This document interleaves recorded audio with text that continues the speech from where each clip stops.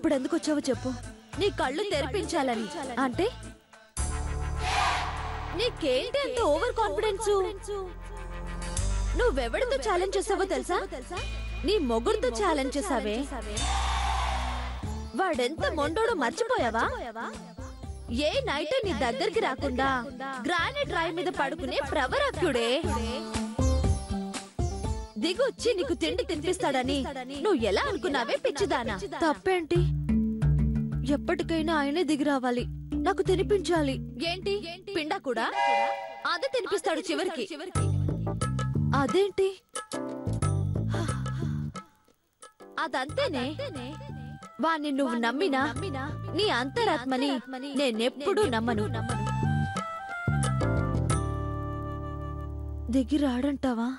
రాడుగాక రాడు. నేను ఆకలితో మాడిపోతున్నా తను చూస్తూ ఉంటాడంటావా? నువ్వు మాడిపోయినా వాడిపోయినా వాడికేంటే?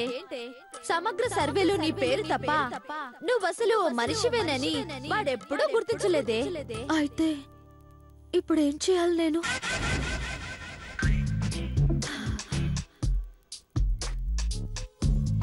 నీ అంతరాత్మగా హెచ్చరిస్తున్నాను, గుర్తుపెట్టుకో. వాడే దిగి రావాలని తినిపించాలని శపథాలు ప్రతిజ్ఞలు చేస్తూ కూర్చుంటే అసలే బక్కదానివి, రెక్కలు విరిగి ముక్కలే మూలన కూర్చున్న దానివి. అనవసరంగా ఎండి చెప్పలా తయారైపోతావు. అందుకని నేనే దిగి రావాలా? కుదరదు. ఛాలెంజ్ అంటే ఛాలెంజే. పిచ్చి మొహమా, కాస్త బుర్ర వాడవే.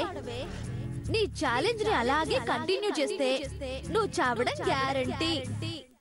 ఛాలెంజ్ చేసి చెప్తున్నాను, వాడు కరిగే రకం కాదు. నువ్వు ఇలాగే కూర్చుంటే మలమలా మాడిపోతావు.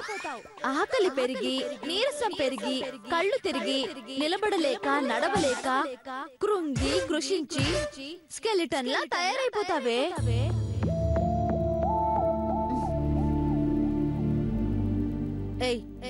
వాడు గెలుస్తాడు, నువ్వు ఓడిపోతావు. వాడు నవ్వుతాడు, నువ్వు చచ్చిపోతావు. నువ్వు చచ్చిపోతే వాడి బతికిపోతాడే. కాబట్టి మేలుకో, తెలివైన నిర్ణయం తీసుకో. అంతరాత్మలు తెల్ల చీర కట్టాలన్నంత అమాయకత్వం నుంచి బయటపడు. ఆత్మలు అంతరాత్మలు కూడా మేకప్లు వేసుకుని తిరిగే ఈ రోజుల్లో నువ్వింకా అక్కడే ఆగిపోతే నిన్నెవ్వడూ బాగు చేయలేడే. నిన్ను నువ్వే బతికించుకో. పో, నీకేం కావాలో నువ్వే తెలుసుకో. వెళ్ళు వెళ్ళు.